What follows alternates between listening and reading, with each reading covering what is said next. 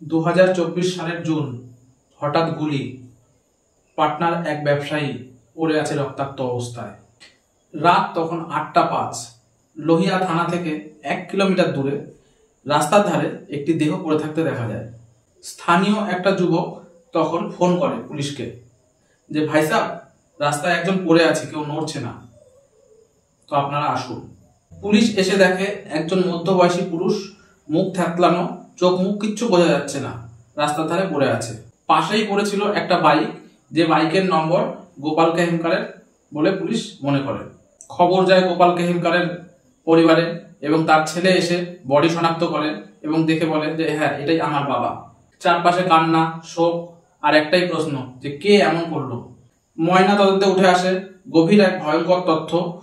তার শরীরে 7 জায়গায় ছুরির আঘাত করা হয়েছে এবং মাথাটাকে পুরো থেতলে দেওয়া হয়েছে। তার কাছে তার মানি ব্যাগ, ঘড়ি কিছুই ছিল না। তো তখন পুলিশ ধরে নেয় যে এটা ছিনতাইয়ের উদ্দেশ্যে খুন করা হয়েছে। কিন্তু তার দোকানের সিসিটিভি ফুটেজে দেখা যায় যে সে বেরোনোর ঠিক 1 মিনিট পরেই একজন বাইক আরোহী তাকে ফলো করতে করতে তার পিছন পিছন ধাওয়া করে। আশেপাশের দোকানদারকে যখন পুলিশ জিজ্ঞাসাবাদ করে তখন পুলিশের কাছে এই তথ্য উঠে আসে যে গত 3 দিন ধরে একটা ছেলে কন্টিনিউ ঘোরাফেরা করছে গোপাল দার দোকানের আশেপাশে। তারপরে পুলিশ ধরে নেয় যে এটা পরিকল্পিতভাবে খুন করা হয়েছে এবং গোপাল বাবুর খুব পরিচিতই ছিল খুনি। যিনি খুন করেছে সে গোপাল বাবুর খুব পরিচিত লোক, রবি মিশ্র। একসময় গোপাল বাবুর দোকানেই কাজ করতেন। বছর 2 আগে তাকে চুরির মিথ্যা অভিযোগে তাকে দোকান থেকে বের করে দেওয়া হয়। আর তখন রবি মিশ্র বলেছিল যে এর বদলা আমি নিয়ে ছাড়বো। আর কেউ ভেবেই দেখেনি যে তার কথাটা সত্যি হয়ে যাবে, সে এইভাবে বদলা নেবে। পুলিশ মোবাইলের লোকেশনের টাওয়ার ট্র্যাক করে জানতে পারে যে গোপালবাবু শেষ মুহূর্তে ওই রবি মিশ্রের বাড়ির আশেপাশে কোথাও ছিলেন এবং তারপর আরো জানতে পারে যে ওই গোপালবাবুর ফোন রবি মিশ্রের ঘর থেকে উদ্ধার হয়েছে। এত কিছুর পরে শেষমেশ রবি মিশ্র স্বীকার করে নেন পুলিশি জেরায় যে হ্যাঁ, সেই এই কাজটা করেছে।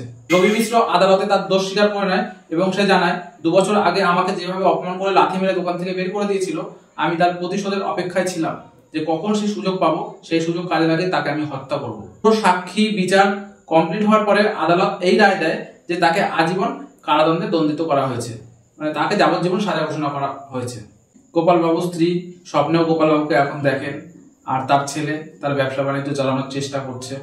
পুরোপুরিভাবে চালিয়ে উঠতে পারছে না, কিন্তু চেষ্টা করছে, চালাতে তো হবেই। এক নিরীহ ব্যবসায়ী শুধুমাত্র ঈর্ষার শিকার হয়ে তার জীবন হারাতে হলো। এই ঘটনা থেকে একটাই প্রশ্ন উঠে আসে, আপনি কাকে বিশ্বাস করবেন? আমাদের ভিডিওটা যদি ভালো লাগে একটা লাইক এবং সাবস্ক্রাইব করে পাশে থাকবেন।